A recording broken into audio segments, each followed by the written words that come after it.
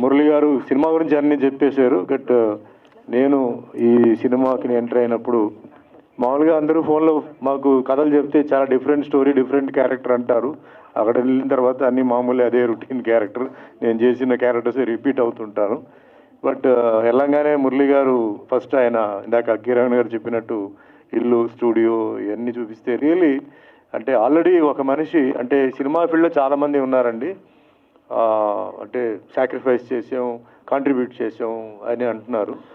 As an యాక్టర్గా నాకు తెలిసి నా ఎక్స్పీరియన్స్లో నా 46 ఇయర్స్ ఎక్స్పీరియన్స్లో కాంట్రిబ్యూషన్ సాక్రిఫైస్ చేసిన ఏకైక హీరో ఎవరంటే కమల్ హాసన్ అండి.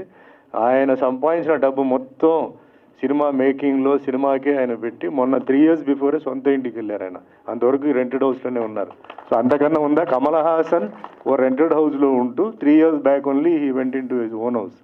దాని తర్వాత రామోజీరావు గారు ఒప్పుకోవాల్సింది. ఎందుకంటే ఈరోజు వరల్డ్లో కూడా ఏంటంటే రామోజీ ఫిల్మ్ సిటీ అంటే everybody knows and what a contribution. మన తెలుగు వాళ్ళు అందరూ చాలా గర్వంగా ఉండాలి. 2500 acres what not everything is over there. So తర్వాత చాలామంది స్టూడియో నేను చూశాను కానీ బట్ మురళి గారు ఇదే ఉన్నారని చెప్పట్లేదు. ఎవ్రీథింగ్ అంటే ఆయన ప్రిపరేషన్ అన్నిటికీ రెడీ అయిపోయారు. అంటే టోటల్గా ప్యాషనేట్గా అది అన్నీ ఏమేమి ఉన్నాయో కెమెరా కానీ అది కానీ అన్నీ ఉన్నాయి. సరే ఓకే కథ విందామని చెప్పేసి నాకు కథ చెప్పారు. సో కథ చెప్పినప్పుడు నాకు కథ అర్థం చేసుకోవడానికి కొంచెం టైం పట్టింది. ఎందుకంటే రియలీ డిఫరెంట్ స్టోరీ, అది రొటీన్ స్టోరీ కాదు చెప్పి రిలాక్స్ అయ్యాను. బట్ ఆయన చెప్పడంతో మెల్లిగా నేను ఎదురుకు వచ్చి క్యారెక్టర్ చెప్పారు. నాకు ఈ సినిమాలో it's very very variety, different performance and different character. I thank Murali గారు ఫర్ ఆయన గివెన్ మీ డిఫరెంట్ రోల్. ఎందుకంటే మాకంతా ఏంటంటే చేసి విసుగొచ్చేసి ఇంకేదో మేము పాకెట్ మనీకో కబర్డ్ మనీకో దానికో చేస్తున్నాం. వీఆర్ సర్చింగ్ ఫర్ రోల్స్, అంటే మంచి roles, negative or positive. Given a very good role for me. Coming to the film, ఇందాక సాంగ్లోనే గద్దర్ గారు సాంగ్లోనే కథ అంతా వచ్చేసింది. ఐ థింక్ మీరు అందరూ డెఫినెట్లీ మీరు అర్థం చేసుకుని ఉంటారు. అండ్ 2 మెయిన్ అసెట్స్ ఎవరంటే వన్ ఇస్ కీరవాణి గారు అండ్ ఒకటేమో గద్దర్ గారు. సో కీరవాణి గారితో నా పరిచయం ఏంటంటే అందరూ అన్నమయ్య సినిమా శ్రీరామదాస్ అనుకుంటారు, కాదు. దానికి ముందే ఆత్మబంధం చెప్పి ఒక సినిమాలో నాకు ఆయన బ్రహ్మాండమైన సాంగ్స్ ఇచ్చి పిక్చర్ 50% సాంగ్స్లోనే ఆడింది.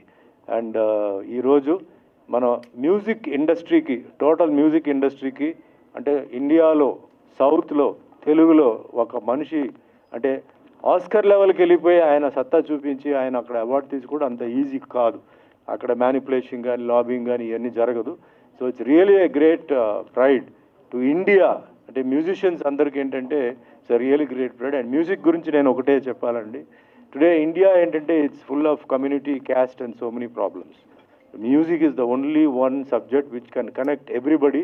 We are all fans to Pakistani music, China music and all that. So it's a great music director was connected India all over the world అండి. మన ఇండియాలో సో మెనీ స్టేట్స్ ఉన్నాయి, సో మెనీ కమ్యూనిటీ ఉంది, అన్నీ ఉంది. So అలాంటి ఒక గొప్ప మనిషి ఈ పిక్చర్కి మ్యూజిక్ డైరెక్టర్ రావడం మురళి గారికి చాలా పెద్ద అదృష్టం అది. అండ్ గద్దర్ గారిది వన్ సైడ్లో అంటే ఆయన వే ఆఫ్ టెలింగ్ ఆ సాంగ్లో అందరికీ మనం ఏదో ఇప్పుడు చూసాం చప్పట్లు కొట్టేసి మనం వెళ్ళిపోవడం కాదండి.